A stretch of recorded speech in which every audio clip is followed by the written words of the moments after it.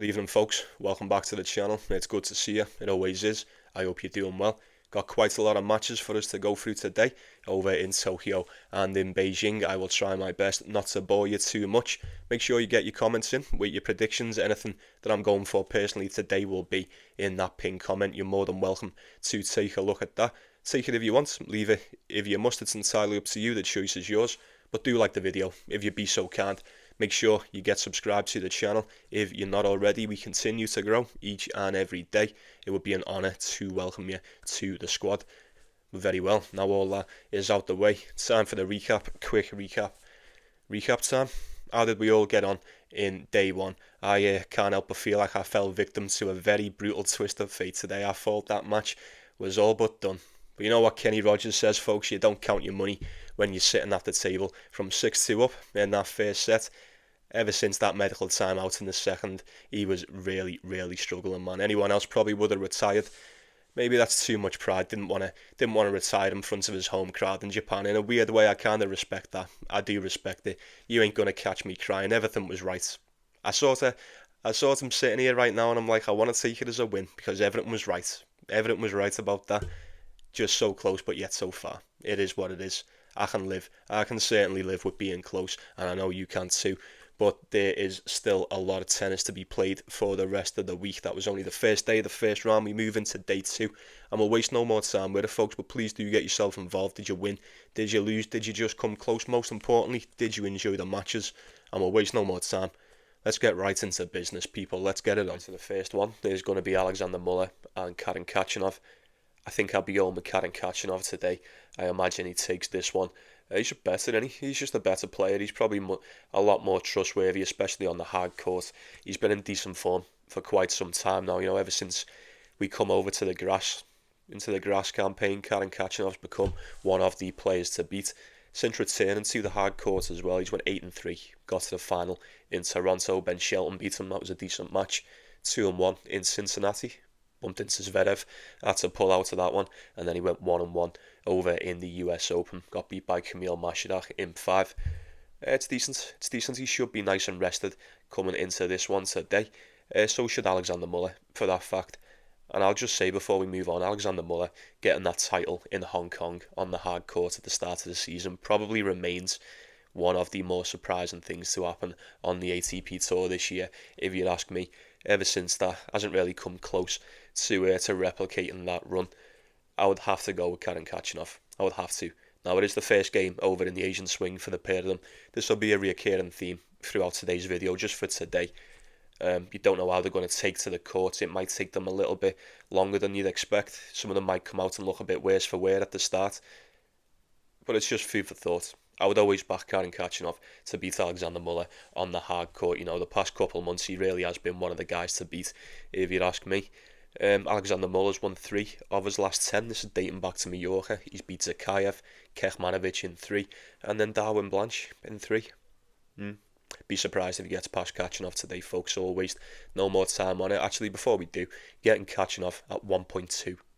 Call it 1.25 if you're lucky, and I do mean if you're lucky. Now, that is extremely steep. That is the steepest of parlay pieces. If anything, you would have to be very sure about Karen Khachanov in order to do a bit of business with that today. So we shall move on, excuse me, to who's next. We've got Benjamin Bonzi and Fabian Marozsan.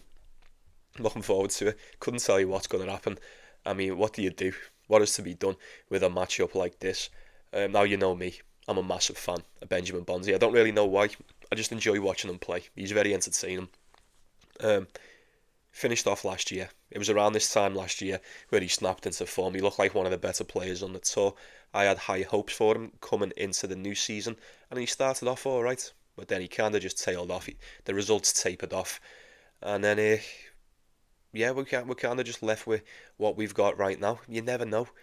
You just never know. The curious case of Benjamin Bonzi, as I always call it. Personally, I do think, even if it's not by much, I do think he's a better player on the hard court than Fabian Marozsan, although the bookies are trying to tell me something else. 14-11 for Benjamin Bonzi on the surface, 10-10 for Fabian Marozsan. Me personally, I think Fabian Marozsan's a bit more suited to the clay. I think he does the majority of the damage over there. look, you just never know what you're going to get from either one. Fabi and Marozsan is far from trustworthy. Look, neither one are a beacon of hope, a beacon of trust. Let's be honest. I do think, for what it's worth, we've been given a little bit more from Benjamin Bonzi as of late on the hard court, since we've returned anyway. Look, for what it's worth, you're getting Fabi and Marozsan around 1.6. Now, I'm sitting here and I can't help but disagree with that. What am I looking for? One sec. I can't help but disagree with that. Now, they did play each other a couple of months ago over in Washington, and Fabi and Marozsan got that one done with relative ease. So, a couple of concerns coming into this. That was 7-5, 6-1, yeah, over in Washington. So maybe that's got something to do with the price today. But 1.6 for Fabi and Marozsan, I can't help but disagree with that. I don't really trust Fabi and Marozsan. I'm a massive fan of Benjamin Bonzi. Do I believe he's going to win these matches? I suppose I never do. You've just got to bite the bullet. You sit and pray.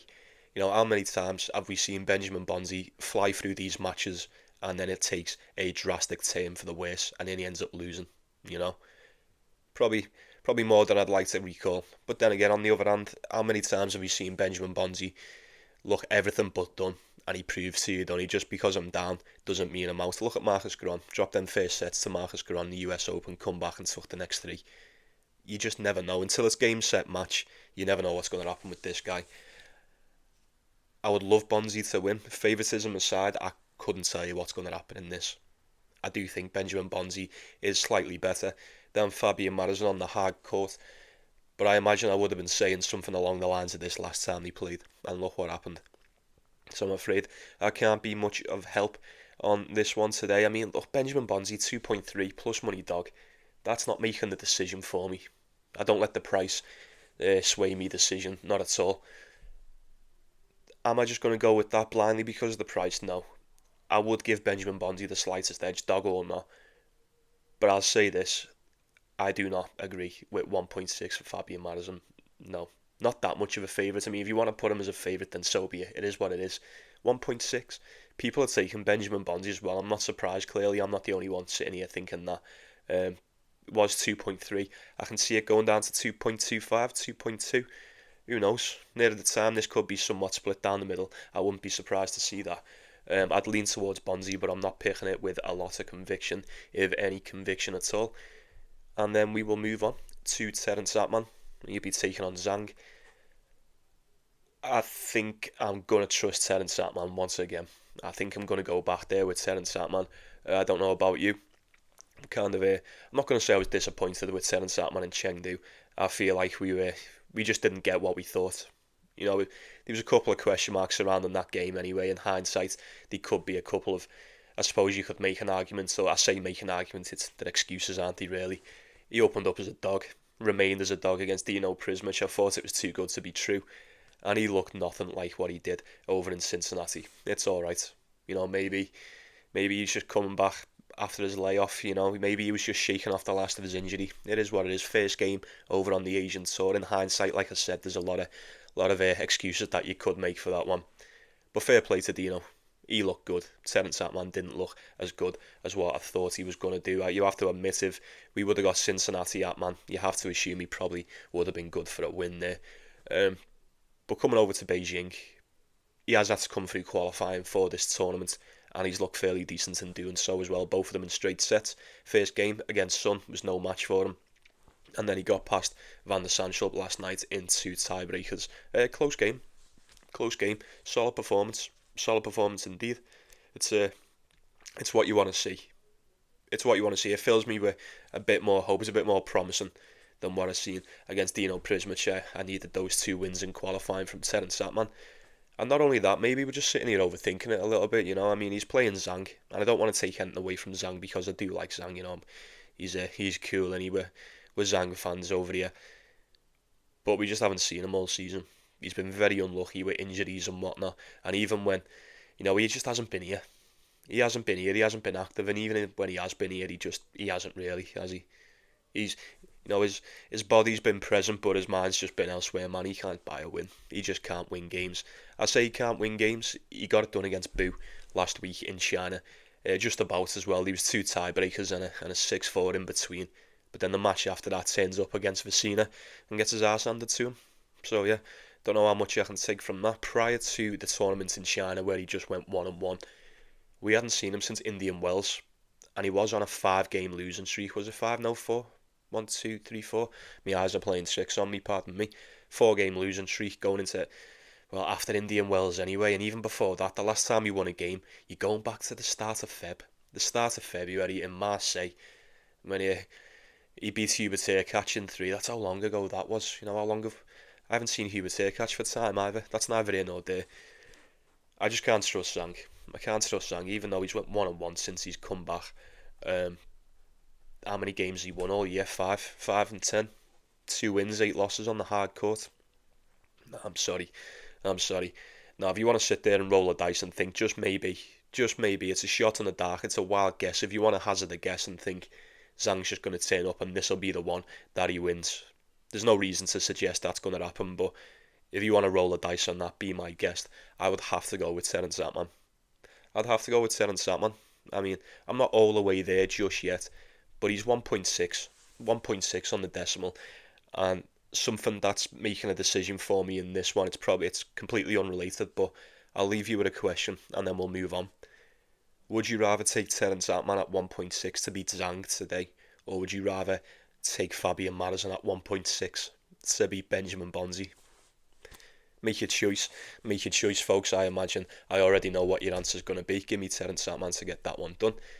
And then the next two, these are going to be dead quick. Ridiculous how big of a favourite these are. One of them's to be expected, the other one, it's just that. We'll talk about them anyway. Davidovich Fokina, Ugo Carabelli.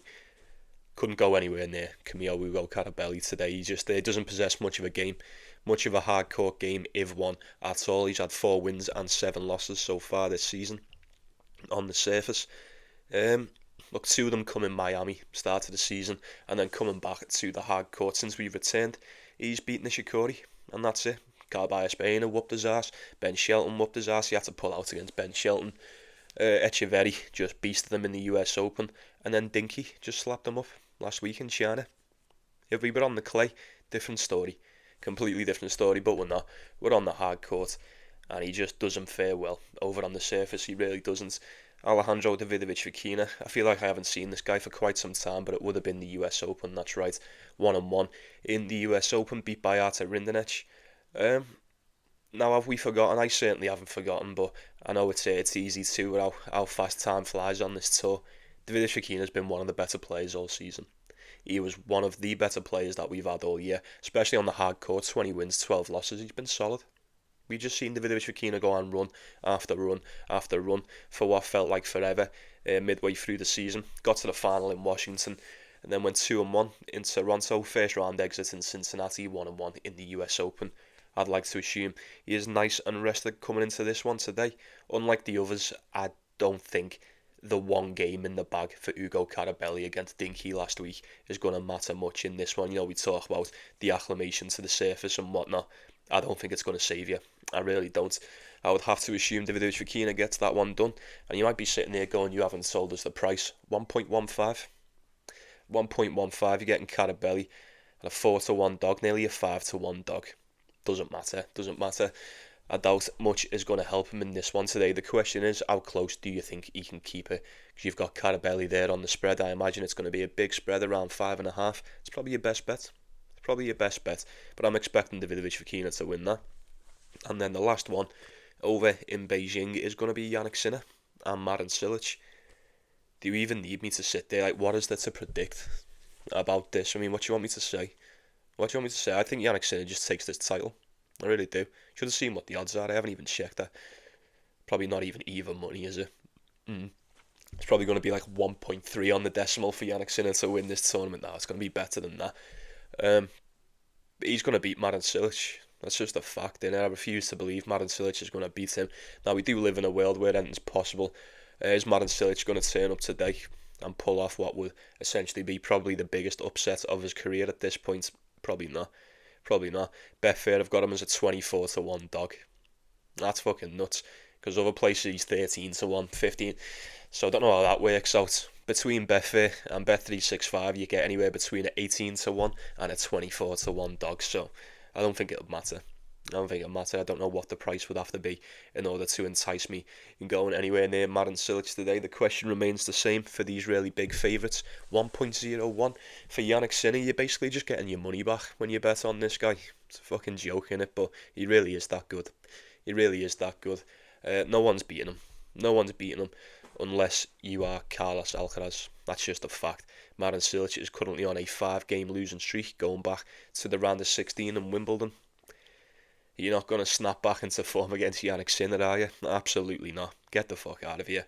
Yannick Sinner into minus the, whatever the spread is, minus the 50.5 games or whatever. I'm not too sure. He wins this one. I refuse to believe anything other than that. First off, over in Tokyo is going to be Marcus Giron and Sebastian Korda. Now, I'm yet to come to a conclusion on this one. These All-American shootouts, you know, they have the potential to be a bit more entertaining than what they look on paper. I will give them that. Who's it going to be? Who wins this one? Neither one, right? Is that even possible? Nah, I'm only joking. It's got to be one of them. There's got to be one. There can only be one. So who's it going to be? You know what? In the past, I'd have always went with Sebastian Korda in this matchup. But these played each other before, surely.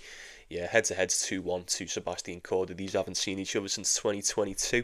Probably doesn't help us much coming into this one today.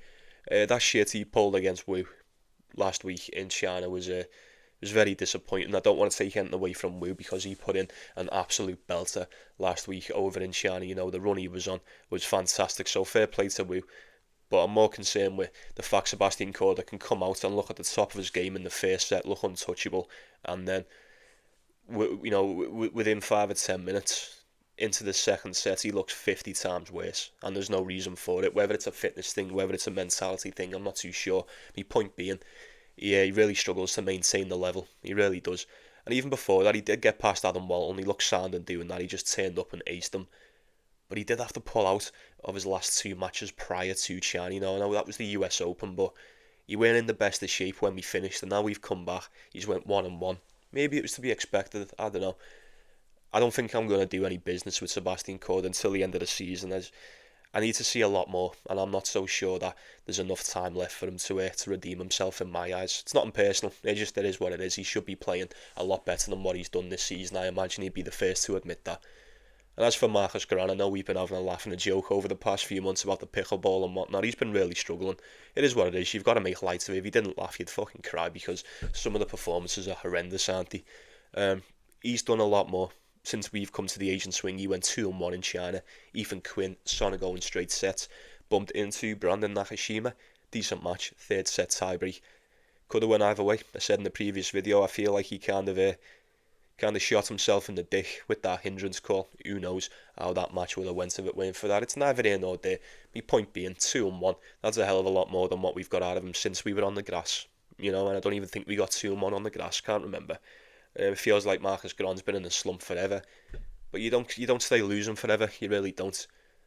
3 games under the belt, 2 games under the belt for Korda on the Asian tour, so that kind of cancels each other out. I hate myself for saying it, but I would always have to lean with Sebastian Korda in a matchup like this. But I will not be picking it. I will not be advising anyone to take it. I do not suggest anyone do any business with a matchup like this, unless you want to take an over.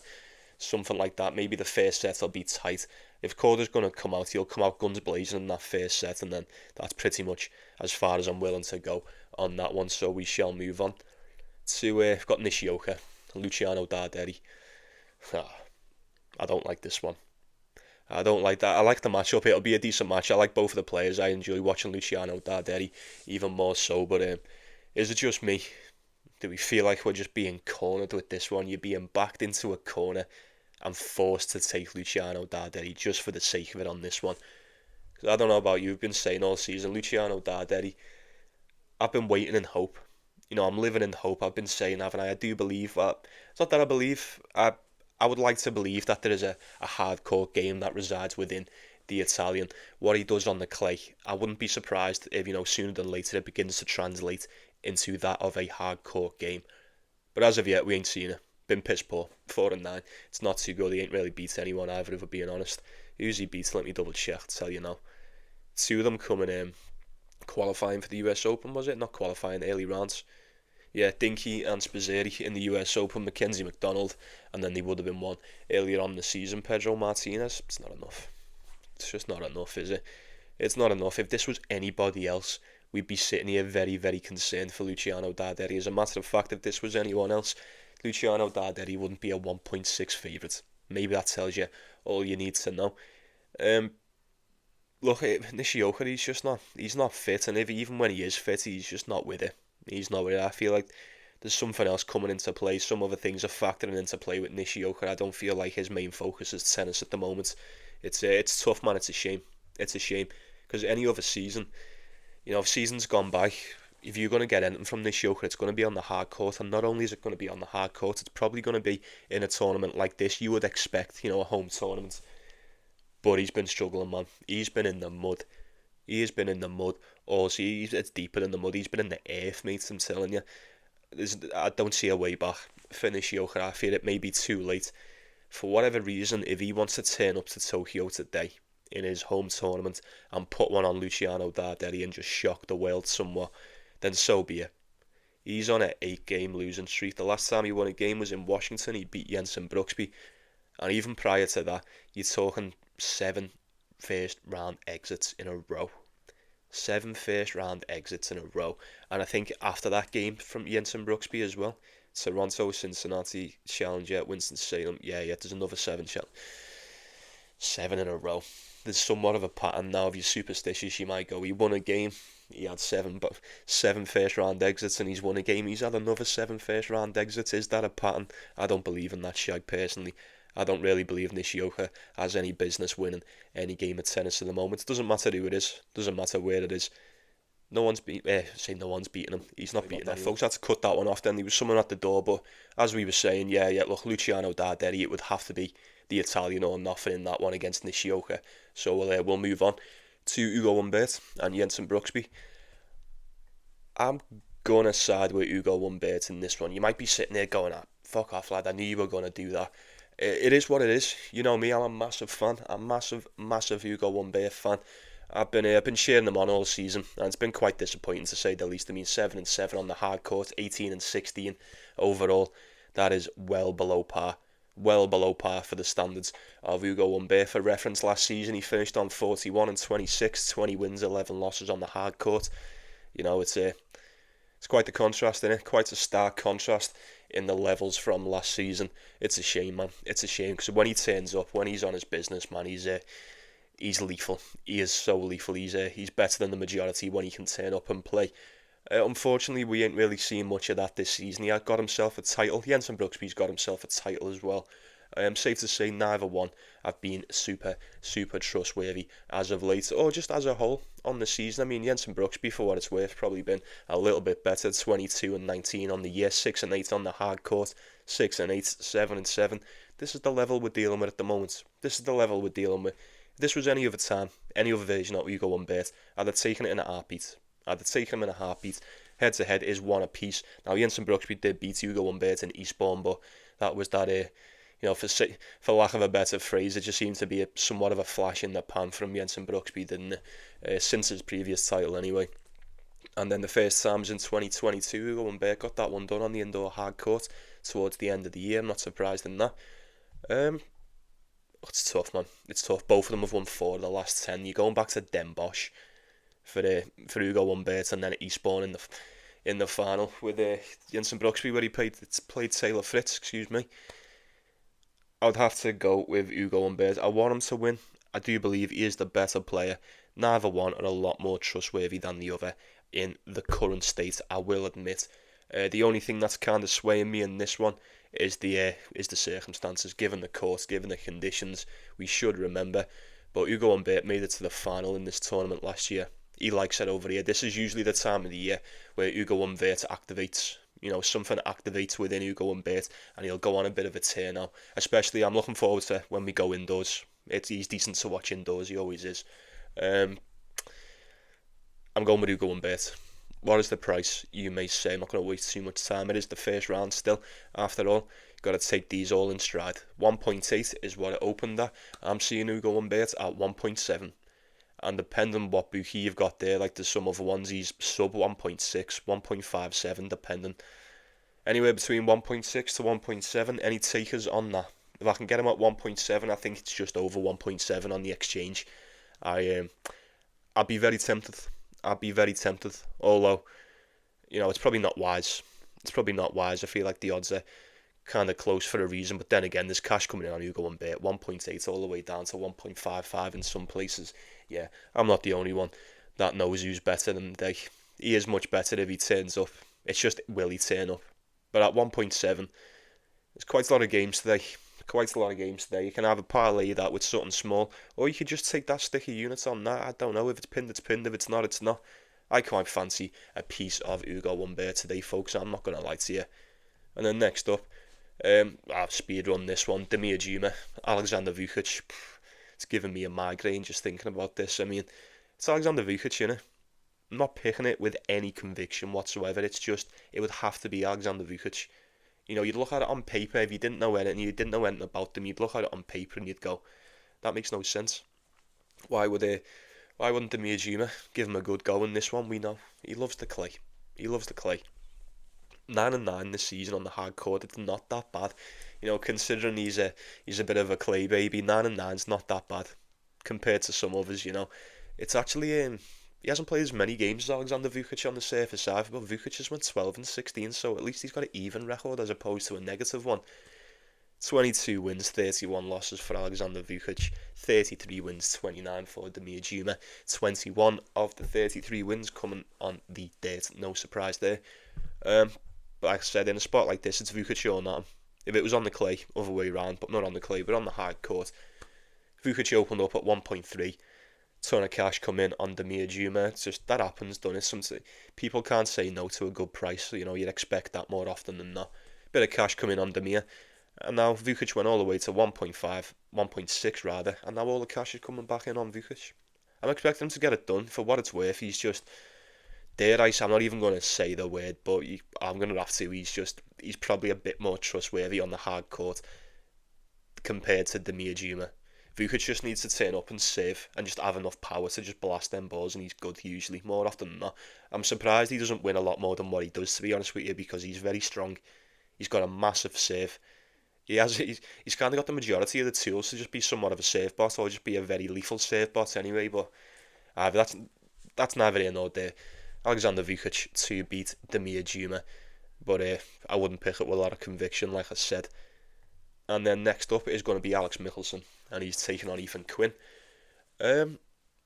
Now again, given this matchup any other time of the year, I probably would have went with Alex Michelsen. I suppose I kind of am still leaning towards Alex Michelsen. He is the more proven, dare I say, more trustworthy of the pair of Americans here.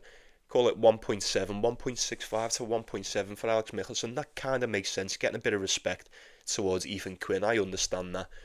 Now, like I said at the start here, we talk about it again. Ethan Quinn, couple of games under the belt over on the Asian swing. First round exit over in Chengdu last week to Marcus Giron.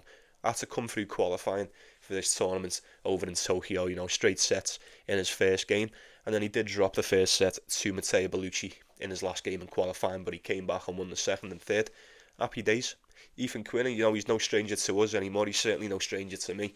He's a decent player. I've seen him play well pretty much all over the tour. I do think the hard court is most definitely a strong suit. Alex Michelsen probably should be beating Ethan Quinn. He is on a 3-game losing streak going back to Cincinnati. Holger Rune beats him, and then I believe Commissania sent him home in the first round of the US Open. I think looking back to that, that's a bit mad, innit? When you think about it, that's a bit nuts. Didn't stand a chance against them either. 3-1 to Commissania in the US Open. And then, although he did get beat by Jakub Mensik in the Lever Cup a couple of days ago, I'd be remiss if I didn't say that he looked decent. Mensik just looked better. So it is what it is. 3-game losing streak. I can't see Alex Michelsen losing for much longer. He stands a very good chance of beating Ethan Quinn. Like I say, he's the higher caliber out of the two. He should be getting this one done, because he might struggle. Alex Michelsen, he is he's no exception. He could easily come over here and struggle. It may just take him a little bit of time to get used to the court, to try and work his way around the surface, whereas there's going to be no bedding in period for Ethan Quinn. He's already there, he's good to go. 2 games under the belt, he's used to the courts. Could be in for an upset. We could be in for a very interesting match at best. Ethan Quinn for a set's not a bad shout the more I think about it.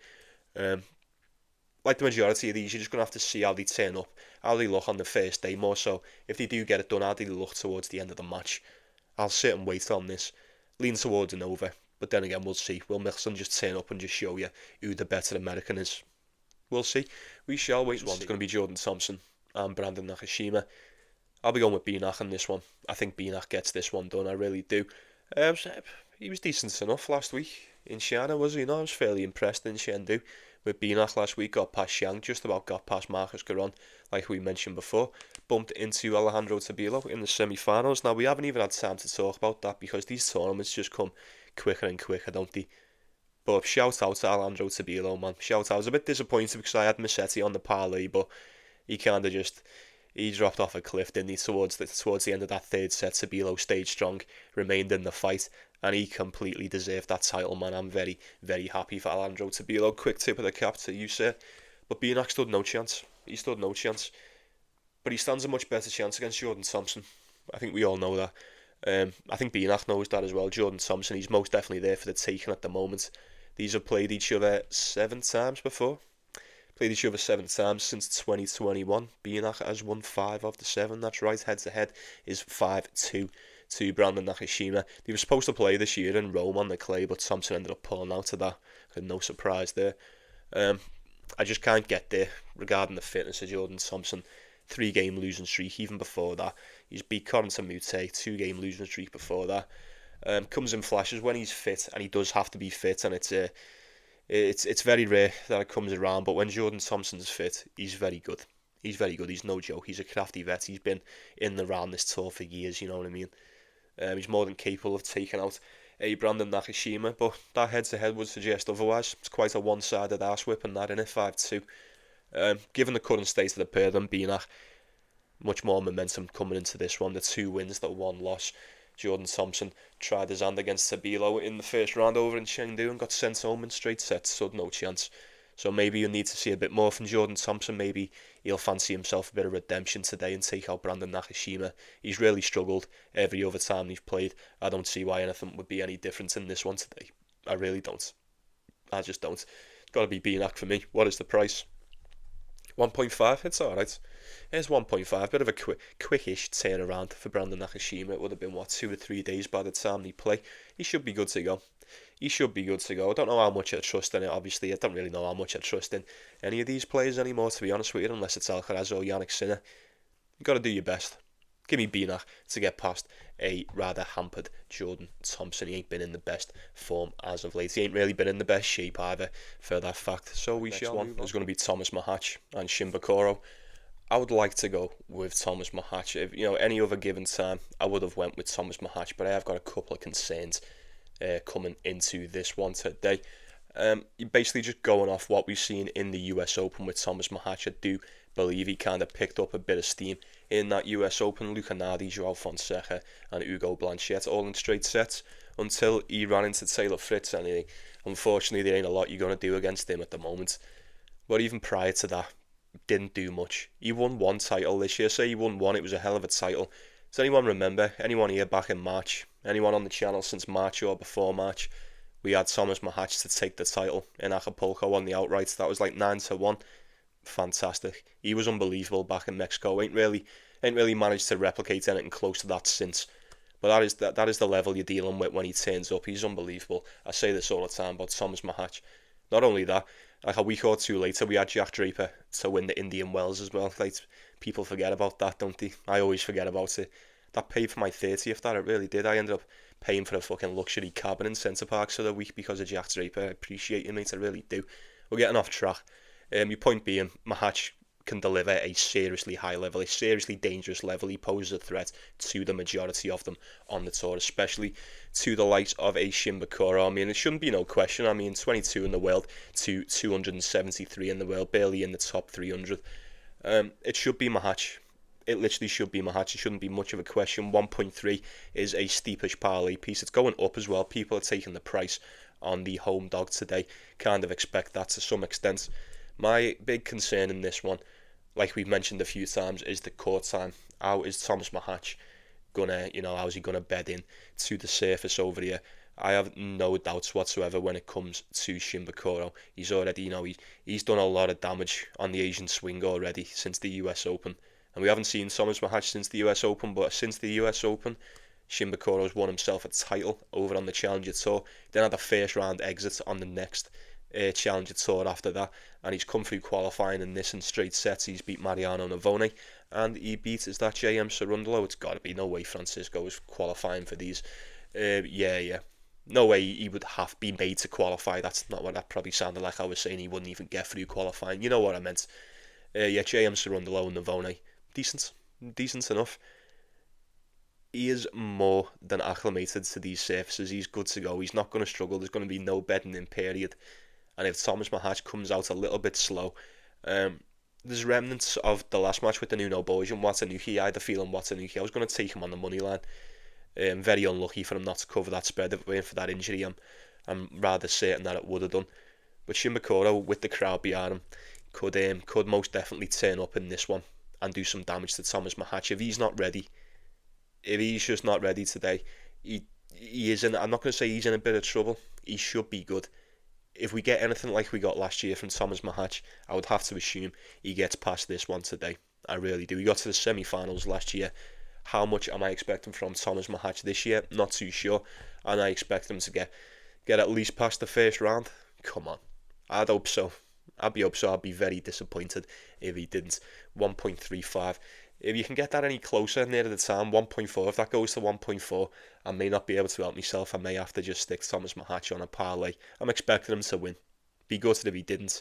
I do think Shimabukuro poses somewhat of a threat today, given the amount of court time he's had on the Asian swing already. But that's pretty much it. That's pretty much the only thing that's putting me off today, folks. So we'll move on to Hamad Medjedovic and Holger Rune. This is probably one of the more interesting matches of the day. What are we looking excited to? What are we excited to see the most? Is it this one? Is it something else? Please do let me know in the comments if you've made it this far. Who would you go with in this? So, whatever it is, for whatever reason, I don't know whether it's just me, but something's attracting me a bit more towards Holger Rune. Is it the ranking? Is it the ceiling? Is it just what we've seen in the past? I don't know. Is it just a combination of all three? Perhaps. He is 11th in the world. And although sometimes his performance don't really reflect it, you have to admit, whether you want to admit it or not, Holger Rune's one of the best players in the world. He's literally in and around and amongst the best players in the world. He really is. The ceiling for Holger Rune is extremely high. It's extremely high. It's when we get it, and it's massive emphasis on the when. It's these stellar performances and these unbelievable runs, they tend to be few and far between for the most part. In the case of Holger Rune, he is on a 2-game losing streak, didn't have much success over in the Davis Cup or in the Laver Cup for that fact. As a matter of fact, was that Pedro Martinez that beat him in the Davis Cup? It's just saying Martinez, but yeah, it's Pedro Martinez. Oh my god, forgot about that. And then got beat by Francisco Cerundolo in the Laver Cup. So it's it is what it is. 2-game losing streak. Prior to that, was that 1-1 in the US Open? Yeah, Struff sent him home in 5 in the US Open. He had a decent enough run in Cincinnati. Look, I'm going to sit here and say we know what to expect from Holger Rune, but that's a lie, innit? We don't know what to expect from Holger Rune. The level can either be 10 out of 10, or he can come out and within 15 and 20 minutes, he's going to get beat. He's struggling, and he can get in his own head. He's looked a bit better as of late, I'll give him that. 29 wins, 20 losses on the season. It's good. It's decent. Is there enough time for him to replicate what he's done in seasons gone by? Last year was 49 and 26. I don't know. I think he's going to win another 10 more matches on the hard court in the next couple of months. It's possible. 25 and 13 is what he finished on last season. He's now on 15 and 8. And he is a favourite in this, only slightly. Call it 1.7 for Holger Rune. That kind of makes sense to me. Hamad Medjedovic, probably not as... from a result standpoint on paper, looking at the numbers, probably hasn't been as potent as a Holger Rune. I mean, 27 and 15 is decent. He tends to thrive more indoors. I think he tends to thrive more when there's none of these outside factors coming into play. Let's just play tennis. Let me just turn up and blast you off the court with power. That's where Medjedovic thrives. Is Holger Rune going to be able to deal with the power of Medjedovic? These courts over in Tokyo, I don't think these are as quick as the ones over in Chengdu or I might be getting confused with the ones in Beijing. Either way, well, it's neither here nor there. I doubt they're quicker than the ones that we had last week anyway, although they are still quick. These have played each other once before. Start of the year, Davis Cup, 2-1 to Medjedovic. He dropped that first set, 6-2, come back 6-3, 6-1. So he's more than capable of beating Holger Rune. And you know, if he is going to beat Holger Rune, you know exactly how he's going to do it. He's going to turn up and just save him out. He's just going to smoke him out like a robot, like he does in a first save, like the Terminator. Bang, bang, bang. 15, 30, 40. See you later. And if you can't break him, more often than not, you'll end up breaking yourself. He hits that ball so hard. Look, go and ask Holger Rune, he'll tell you. He played him the start of the year. I imagine Holger Rune will tell you, man, that boy hits so fucking hard. He really does. He hits hard when you don't need to hit it hard, you know what I mean? He must be a nightmare to play against. An absolute nightmare. Can we trust in either one? This is my question. This tends to be the big question for pretty much every match nowadays on the tour, doesn't it? Who can you trust more? I thought Medjedovic looked alright in the Winston-Salem. I will give him that. Was it Winston-Salem? Let me just... Yeah, it was. Just double check. You've had so many tournaments, haven't you? I just forget. They all just sort of blend into one big tournament at the end of the season, don't they? He looked fairly decent in the Winston-Salem, piss poor in the US Open. Took 5 sets against Daniel Altmaier, and he couldn't get it done. But a quick tip of the cap to Daniel Altmaier, because he took out El Chapo in 2 yesterday as well, and we all knew that was there was a possibility of that happening. It's exactly what happened. Medjedovic played the game in the Davis Cup against Errol, and he ended up having to pull out. Well, Errol Spence Jr. Now, we're him, obviously. But yeah, not much to go off there. 2-game losing streak for Rune in both cups. Neither one got much momentum coming into this. And like I say, not prior to the US Open, since the US Open anyway, just the one match for Medjedovic. That was a retirement. And then 1 win and 2 losses from Holger Rune. That 1 win coming to Carreño Busta. If Holger Rune can wrap himself around that first serve for Medjedovic, provided Medjedovic can get it off, I feel like that's half the battle there. Stifle the serve, that's half the battle.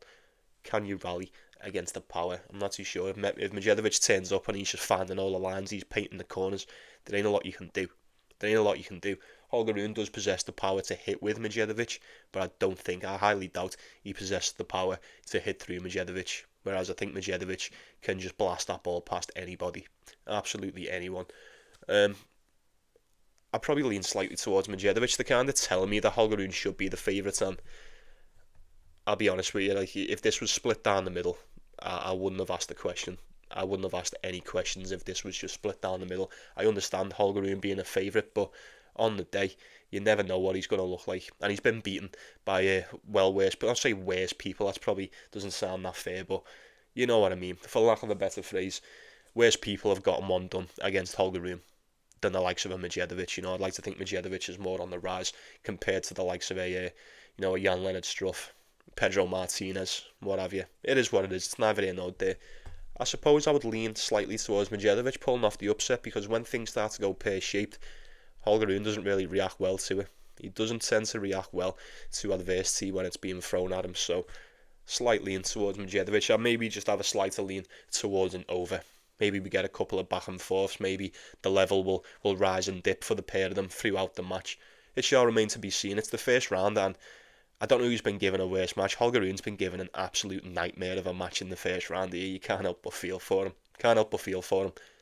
But maybe, just maybe, he's got enough in the bag to see this one through. I do believe he's probably the more versatile of the two. Like I said, Medjedovic, man, on these hard courts, you've got to be careful. Because you're waiting for that serve to come in. You're sitting there waiting for it, and all of a sudden it's 15 love. Oh my god, this went past me. Oh my god, it's in the crowd. Oh my god, I've dropped the first set 6-2. It's usually the way it goes. Wouldn't be surprised to see Medjedovic do a bit of damage in that one, but at the same time, would you be surprised to see Holger Rune pull it off just due to the class and versatility alone? Probably not. Lean towards an over, lean towards Medjedovic for a set while he is a dog.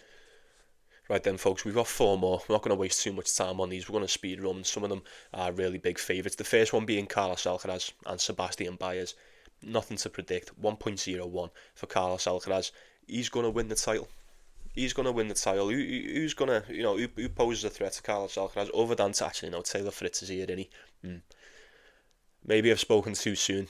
I fear I may have spoken too soon. Yeah, we'll put a pin in that. We'll swerve that. Let's not go there for now. We'll assess the situation near the time. But Carlos Alcaraz is going to get past Sebastian Baez. You know it's true.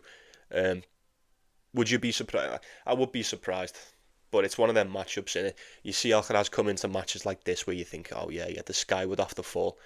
And he'll drop a set to Sebastian Baez. He'll come out, complacency will creep in, and he'll drop a set. He'll drop like a 6-1. He'll get breadsticked or bageled by him, and then come back and destroy him.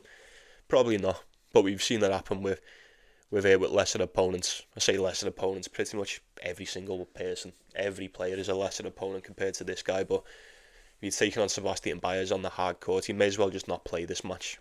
He may as well just not play. Sebastian Baez may as well just stay at home. Do whatever he's doing, go and see the sights, you know what I mean, go and do some shit in Japan for the day. You're not going to beat Alcaraz, mate, unfortunately. Question is, how close do you believe he can keep it? Baez on the spread? Absolutely not. Carlos Alcaraz into spread's going to be 5.5, probably 6.5, and he probably covers it. It is Alcaraz after all. And then the next one is Taylor Fritz and Gabe Diallo. And Taylor Fritz looked fantastic in the Laver Cup, like we've just kind of mentioned. Straight sets against Alcaraz, straight sets against Zverev. I would have to assume he's going to beat Gabe Diallo today, folks. I would have to assume Gabe Diallo did get a win against I don't even know how you pronounce that, in the Davis Cup. But then prior to that as well, ever since that title he got, was that Den Bosch? Ever since the title he got on the grass, he ain't really been cutting it, has he? He ain't really cut it this year. They've played each other twice this year as well. Taylor Fritz has won the pair of them. Obviously. Apart from Carlos Alcaraz and Jannik Sinner, I do believe that Taylor Fritz is probably the third best player in the world at the moment. Who'd have thought? Who'd have thought, man? Not me. Like, I knew he was good. I always knew he was good, and I always knew he was America's best hope. Probably the only hope that yous have got. I'm not going to say a world number one, but the belief that there could potentially be a world number one in the next 50 years, Taylor Fritz resembles all of that. He really does. He's as close as you're going to get. He definitely should beat Gabe Diallo. I refuse to believe Gabe Diallo's just going to turn up and pull off an upset here. For what? Like, for what reason? What would suggest this? What would make you believe that Diallo's going to win? Taylor Fritz might be a little bit tired after his Laver Cup. You know, that was, 2 or 3 days ago? You know, Gabe Diallo has had an extra week off. Could play a part, just a little part. I don't know. I'd like to think it wouldn't. Taylor Fritz, I mean, don't want to take anything away because, quite frankly, you can't take nothing away from Taylor Fritz. He is a 1.25 favourite here.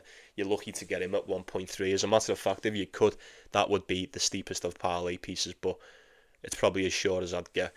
Taylor Fritz doesn't really need to play well in order to win these matches. He doesn't. I mean, I don't know whether it's just an American thing or whether it's just Taylor Fritz, but the first serve is undeniable. First serve is too much, too hot to handle for anyone. The lateral movement seems non-existent.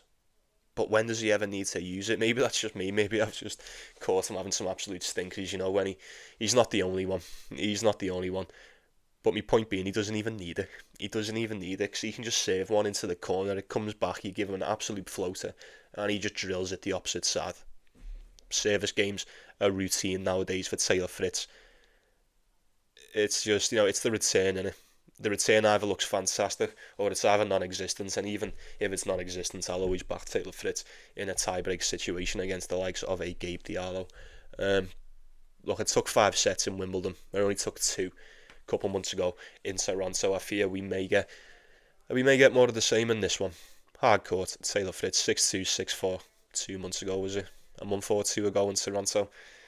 Doesn't matter how much is going to change between then. I'm not too sure. Taylor Fritz looks like he's in fine fettle indeed, coming off those back-to-back wins in the Laver Cup, and what a pair of wins they were as well. Carlos Alcaraz, Alexander Zverev. I refuse to believe you're going to get beat by Gabe Diallo, mate. I just do. You have to win this one. And then we've got Casper Ruud taking on Shintaro Mochizuki. I'm just going to sit and watch this one. I hope Casper Ruud wins, obviously. You know, you've got to support your fellow Reds, haven't you? 1.4 on the decimal for Casper Ruud. I watched them against Riley Pelka in the Laver Cup, and I thought he looked decent. I thought he looked very decent indeed. Mochizuki 2-game losing streak, US Open and Davis Cup, yet to play a game in the Asian swing, as is Casper Ruud. So if one's going to struggle, I imagine the other one is too. Based on the levels and based just on what we know, this should not be a question. It's the same as a few of them, it's the same formula. 12th in the world against someone who's barely, he's nearly in the top 100, I'll give him that, but he is outside it, 106 to be precise. The levels in class should be night and day. If the rankings mean anything, this should be no question. But I can't remember who said it, but there's a quote. I think I've seen it on something the other week, and he said, if there's any doubt, then there's no doubt at all. And I'll have to be honest with you, I've got a couple of doubts about Casper Ruud. Mainly, the transition. Like I said, it's the recurring theme. I have a lot of concerns for a lot of these. I don't know how they're going to hold up. I don't know how they're going to turn up. He did look good in the Lever Cup. I would always back him to beat the likes of a Mochizuki, but these home dogs, man, these home dogs and the home tournaments and what have you, they're tricky. Out of nowhere, it's almost as if just out of nowhere they turn up and they play 10 times better than they ever did. Now, I'm not saying that's going to happen today. I'm pretty sure, was it last year? When was it? I'm sure. It may not have even been this tournament, but I'm pretty sure Mochizuki went on an absolute tear on one of these tournaments around this time last year. It wasn't this one. It may have been one of them. It was this one. It was 2 years ago. I remember it. I was doing videos for it. Got to the semi-finals. Who did he beat? Because he was just pulling off upset after upset. Echeverry, Taylor Fritz, Alexei Popper, and then Karatsev beat him in the semis. Yeah. How time flies, eh? Funny, innit? It's a funny old game. First round exit last year. I can't see him beating Casper Ruud. I wouldn't have thought he would have beat Casper Ruud, but then again, got a first round exit last year as well. Never had much success over in this tournament. Round of 16 the year before that, first round exit the year before that. 1.4 is the price you're going to have to pay for Casper Ruud today, folks, providing you're brave enough to go for it. I do believe he should be beating someone the calibre of Mochizuki, but if Mochizuki turns up and surprises Casper Ruud, I just need to wait and see how he reacts to it. First game on the Asian swing and what have you. But it's actually quite simple, innit? It's quite simple if you don't overthink it. Casper Ruud probably should be getting this one done. I'd be surprised if he was to lose this. If he was to get beat here, I would be pretty shocked, I'm not going to lie. And then we'll wrap this shit up with the last one. I've left this one to the end for a very good reason, because if this was last week, we know who we would have taken. And you're probably sitting there going, I want to take him again. But it's bound to happen sometimes. Fatigue is bound to set in sometime for Alejandro Tabilo. Back-to-back finals. He got beaten in the final on the Challenger Tour. We've just watched him fly through Chengdu. He was fantastic. He was by far the best player there all week as well. You've got to give him his flowers, man. You've got to give him the credit where credit's due. Well done to Tabilo. He was playing like top 10 level there. Literally, because Lorenzo Musetti was playing good as well, and he dealt with him. He was too much for him. I don't know. Tabilo playing at a top 10 level. Anyone? Maybe. No, apparently so. It's neither here nor there. Like I said, back-to-back finals, winning one title as well after as well. Very impressive, safe to say. I didn't expect anything along the lines of this from Alejandro Tabilo when we return to the hard court, especially with what he's done all season, or the lack of what he's done all season anyway. Safe to say this has most definitely come out of nowhere.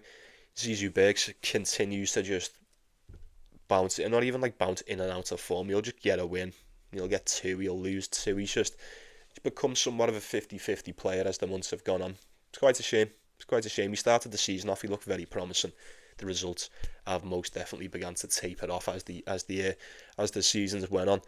He has won 4 of his last 10, going back to Cincinnati. Jacob Fernley, Zhang, Jack Draper and Jordan Thompson. He's been beat by Zhang, the Demon, Jami Munar, Mark Leal, Sonigo, Emilio Nava. Like I said, if this was last week, we'd have just taken Tabilo. And you know what, maybe, just maybe he's got one more left in him.